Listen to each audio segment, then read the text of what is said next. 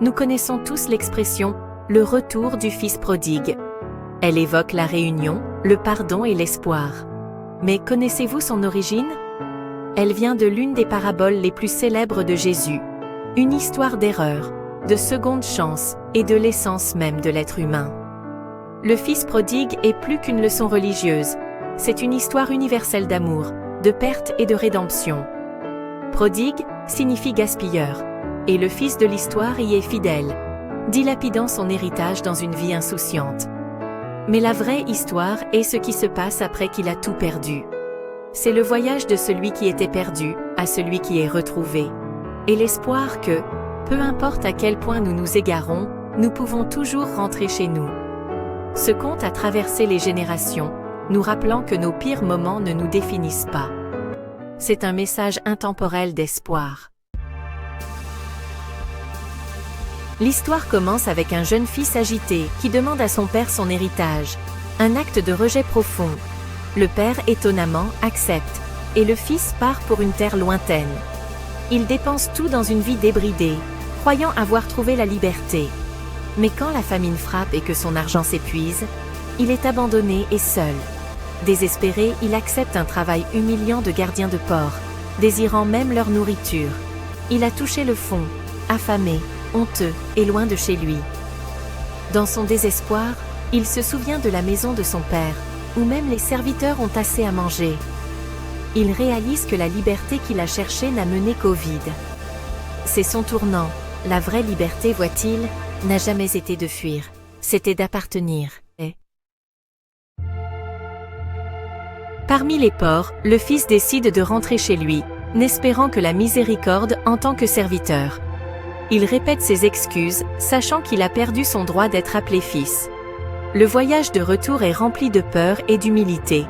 Il est prêt à accepter n'importe quelle conséquence. C'est l'étape la plus difficile, admettre que vous avez eu tort, et chercher le pardon. Le voyage du fils est à la fois physique et émotionnel. Un chemin loin de l'orgueil, vers un nouveau départ. Il aurait pu blâmer les autres, mais au lieu de cela, il prend ses responsabilités.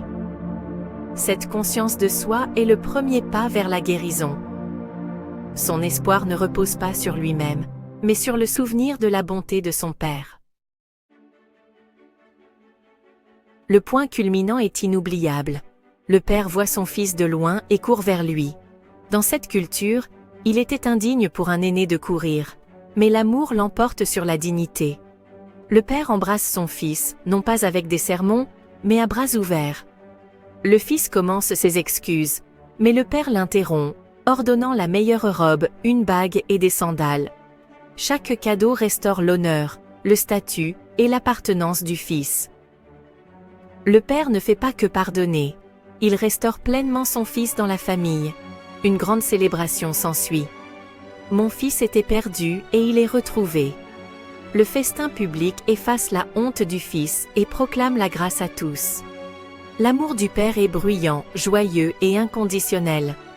C'est un amour qui célèbre la restauration avant tout.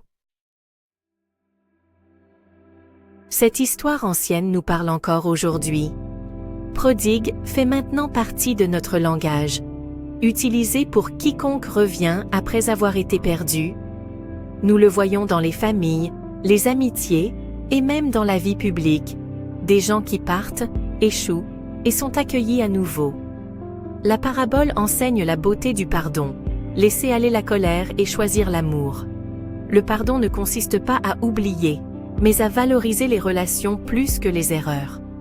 Nous pouvons être comme le Père, regardant l'horizon, prêts à accueillir ceux qui reviennent. En offrant des secondes chances et un amour inconditionnel, nous apportons un peu de cette grâce transformatrice dans notre monde. Il n'est jamais trop tard pour rentrer chez soi.